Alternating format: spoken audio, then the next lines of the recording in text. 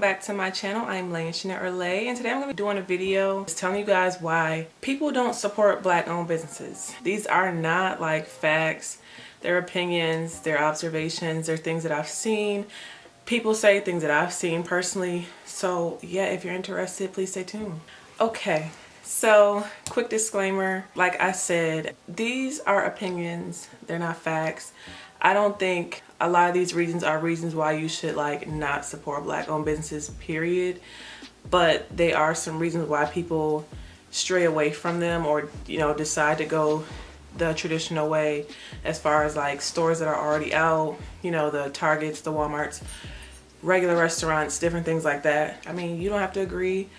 It's just stuff that I've experienced. If you agree, good. If you don't, whatever. Say what you want in the comments. But this is just how I'm feeling.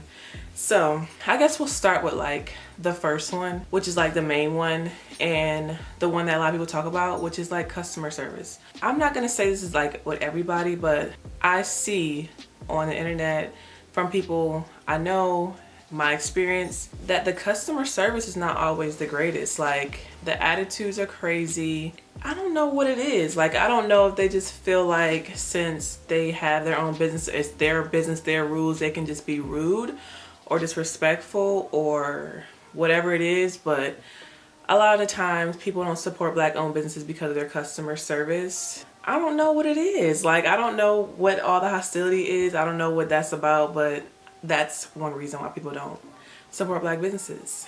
And of course, all of these reasons can be put onto other businesses of other races, but we're talking about black owned businesses today.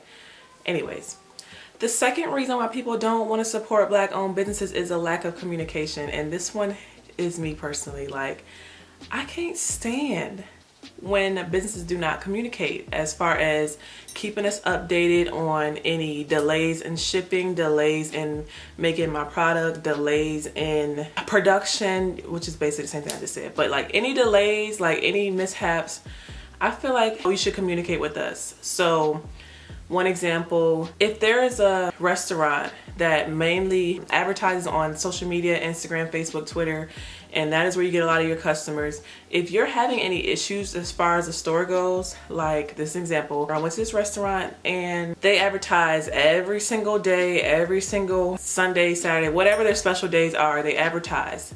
So if you can do that every single day, you can advertise and let people know if something is wrong in the store. For example, they have this special day or whatever, so I go in expecting to pay like I usually do, but as soon as I get there, they say, we're only taking cash.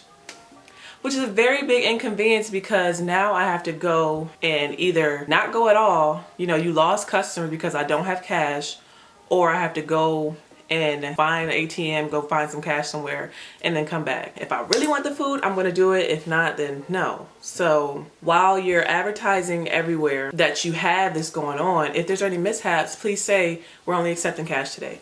It could be that simple so we can come in prepared. Even if people don't even see it, like you did your part. You communicated that there was some mishap. We can't take cards right now. We can only take cash. People can come prepared. You're not losing customers, something like that. Or if, you know, you're having issues with production, whatever it may be with your business, you need to let your customers know what's going on so they don't have to come and ask you or think that you're like ignoring them or not fulfilling their order, or just so there's no confusion. Communication is key. If you're an online business and you have a newsletter, like say your online business who sells products, you have your Instagram, which you advertise off of. Let people know what's going on that Instagram. Let people know what's going on the emails. Let people know what's going on in the newsletters, text, wherever they can be communicated with, because everybody is not going to be following your social medias. They're probably ordering straight from your site. So if they sign up with email, make sure they get updated through email too, and you know, all the social media and everything else. Communicate with your customers. So the third reason why people say they don't support black owned businesses is their prices. And I don't necessarily agree with this. It's so much that goes into pricing as a smaller business. You cannot compare prices of somebody's body butter or somebody's t-shirt or whatever it is they have to a big company like Target, Walmart, or any like bigger place. You cannot compare those two because they have all the resources to get it in bulk. They have all the resources to have people that can make those products. Like, they're established. So while it can only be one person that you're buying from that may have one or two people in that company compared to Target with millions and thousands and billions of people working for them, you can't compare the two. So their prices will be a little bit more just because they have to order less. When you order less, it is more than the time it takes to produce the product, and just so much more that goes into it, and just the quality. It's a lot. Like, we can't compare the two. You can still go and get your products from somewhere else if you believe it's cheaper, but cheaper does not always mean better. And yeah, but altogether, some people will OD on prices. Once again, if that ain't your cup of tea, if you don't like their prices, you can always go somewhere else. But I know that is a reason why people don't support black owned businesses sometimes, because their prices are a little, or can be a little outrageous, but it's whatever. Charge what you think you need to charge, period.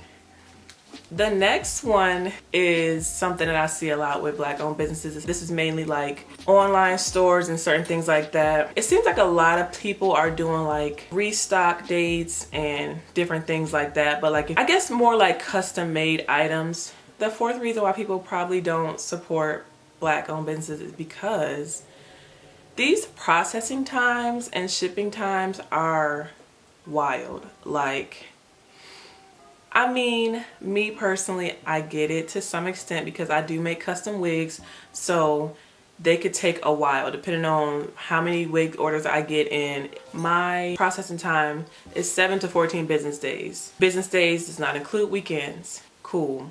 That's 2 to 3 weeks depending on what's going on. But some people have these crazy processing times for stuff that is supposed to be in stock.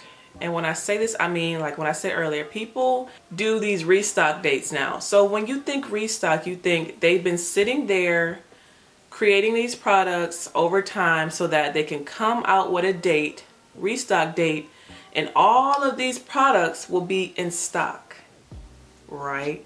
So why should we have to wait 15 to 20 business days for an order to be processed? Usually processing means it's getting packaged and handled, or it's getting made, like you're waiting for the money to process through, clear, and all the things it takes to like get up to shipping your order. Like, that's all that's going on. If you spent days, weeks for this restock, getting everything together, why do you need 15 to 20 extra business days to ship out a product? Please tell me it makes no sense. Some of this stuff is outrageous. And I will say sometimes people do not read the times. They think, okay, I ordered it, it should be here tomorrow. No, make sure you read people's processes and policies and stuff like that. But some stuff just don't make no sense. Like on my page, I have my ready to ship stuff that is in stock. It will go quicker than something that I have to custom create. Because yeah, people have different things to do. Some people, this is not their only business. This is not the only thing they have going on. They might have to get their product from somewhere else, things like that. I get it. But there's no reason why something that should be sitting there in stock, you know, waiting for you to just pick up, should take more than a few days for you to ship out. It's an issue. And shipping times too. I really feel like people are milking COVID right now. Like, honestly, no cap, people are milking this right now. They're milking the fact that, you know, people are ordering online. The USPS, UPS, FedEx, all of them are backed up right now. You know, they're struggling, they're going through, and that is really a fact. That's happening. But don't try to say COVID is the reason why you haven't shipped my product, or COVID is the reason why my shipping is taking forever and you haven't even shipped it yet. You haven't even printed a label. They ain't got nothing to do with it yet. You ain't even given them a chance to take forever on my order, to ship my order, because it's still sitting wherever it's at, in your warehouse, in your house, whatever. Try again. Try again. We understand that it's going to take a little bit, but it should not be taking forever to come from wherever it's coming from to even get to the post office or get to the FedEx and the USPS or UPS. It should not take that long. You guys are milking it. Like, honestly, it's just a lot of excuses with these people. Their shipping times, their processing times can be OD, and I feel like they be playing in our faces, period. That's another reason why people don't fool with them. That's another reason I don't, and that really burns my biscuits. That really makes me mad. Anyways, oh yeah, and another thing with that shipping time that I'm just gonna add on is when people do print my shipping label and they have it sitting somewhere for weeks before they actually take it to the post office.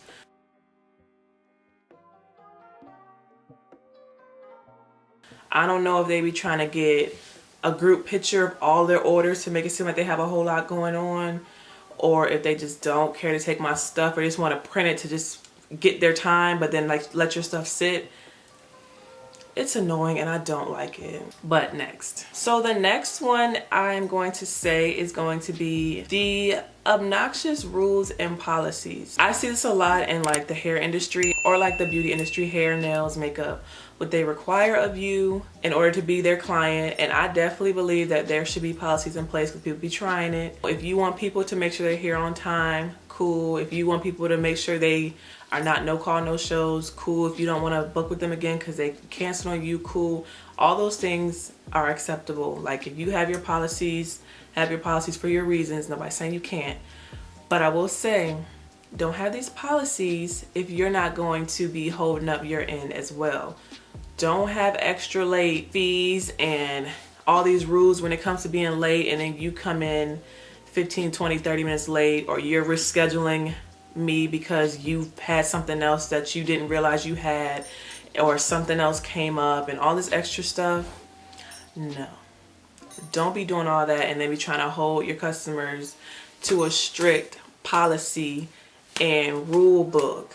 It ain't cool. You want them to work around you. Y'all gotta eat, which it ain't nothing wrong with you eating, but schedule that time around what you got going on. Like, don't be doing it in between my service. Don't be on the phone. Don't be going in and out. Don't be doing other stuff while you're doing my service. Like, give me my time. This is my time. You make it so that, you know, nobody else can go over the time and everything else. You want everything to be a certain way. Me too. This is my time. I don't want you going back and forth.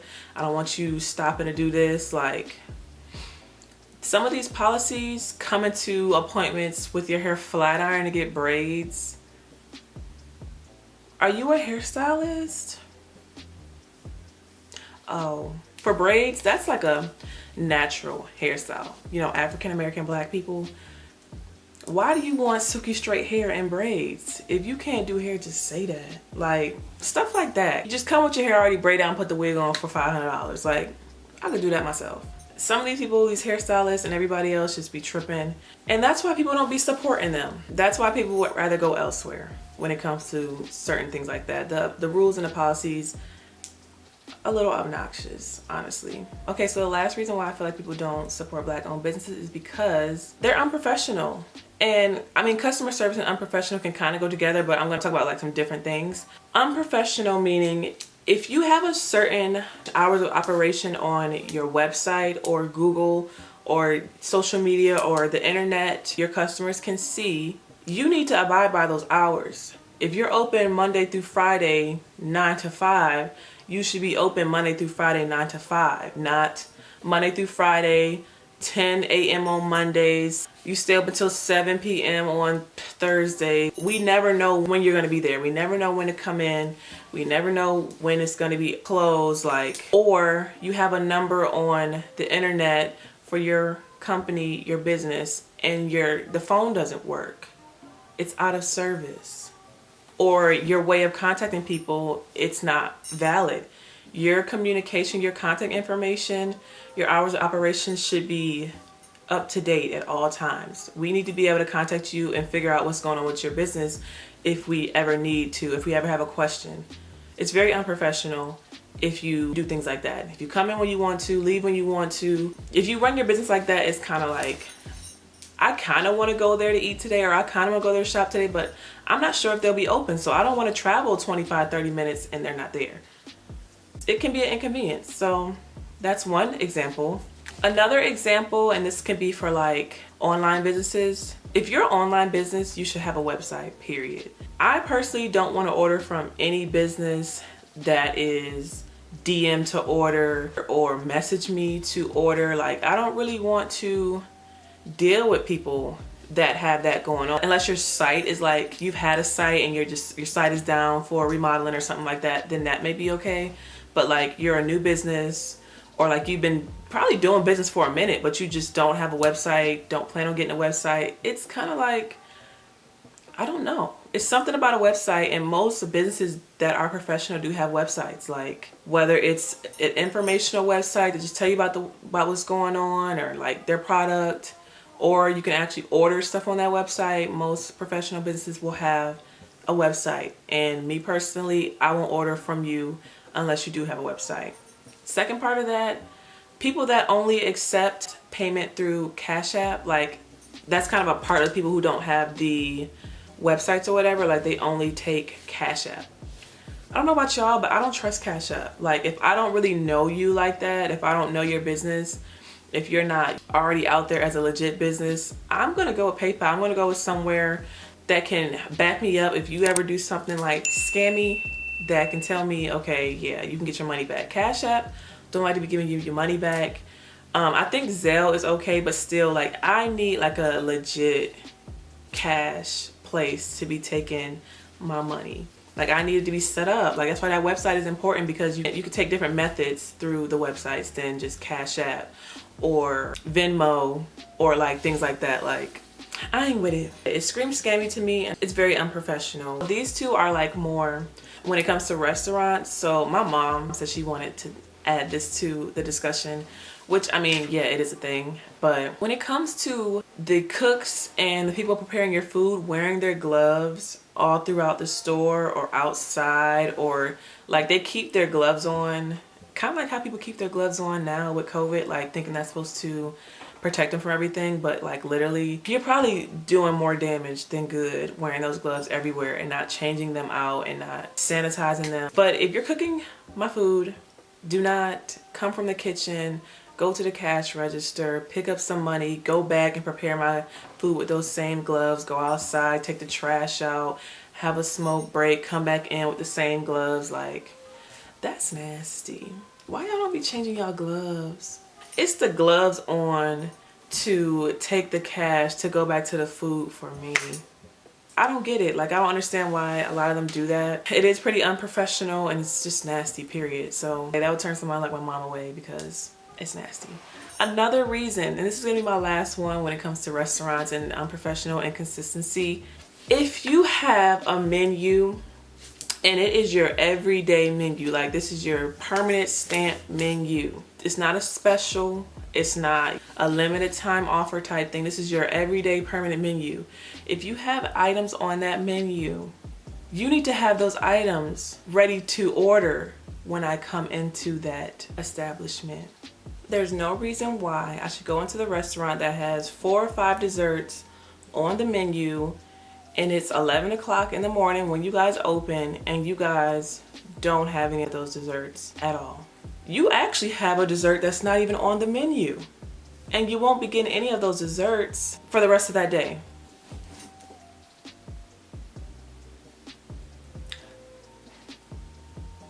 Or you have certain sides on your menu and you don't have those sides available. Like, literally every time I call in to your establishment, you're missing something. You don't have something that's on your everyday permanent menu. I don't like it. Same way we don't like when McDonald's don't have their ice cream machine up. I don't like when I call your establishment trying to get something that you have on your everyday menu and you don't have it available. Why not?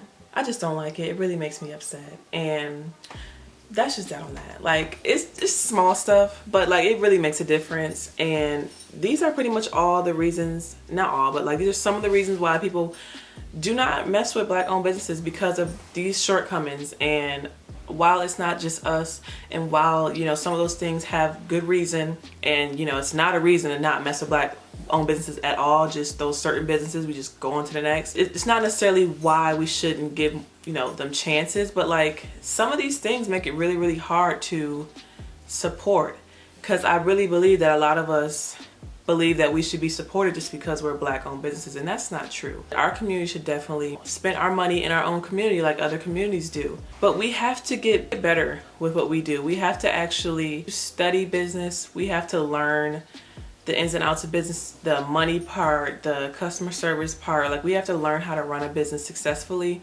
You can't just run a business just because you have a talent, or run a business because, you know, you do good work or you make good food. Like, it's a lot that comes with business, and in order for it to be successful, it's a lot that needs to go into it, a lot of work.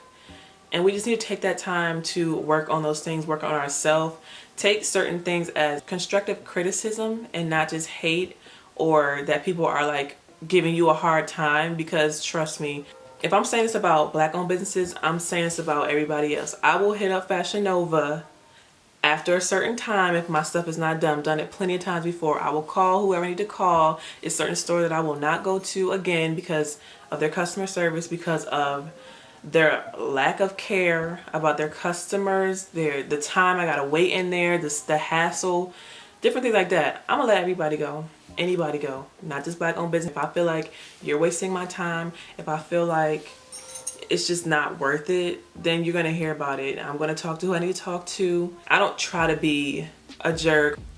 It's not acceptable, and it doesn't matter what business you have. If you treat me a certain type of way, I'm gonna say something about it, and I probably won't go back. Like, you're not about to keep doing me crazy and I'm gonna keep spending my money with you. Like, no. But anyways, this is my little video of why I believe and why I think and why I've seen that people don't support Black owned businesses. Do what you will with this information. You can support Black businesses through and through again, no matter what they do, if that's your prerogative. So if you like this video, if you enjoy this video, make sure to like this video, share this video, subscribe to my channel, and yeah, I'll see you guys in my next video. Bye.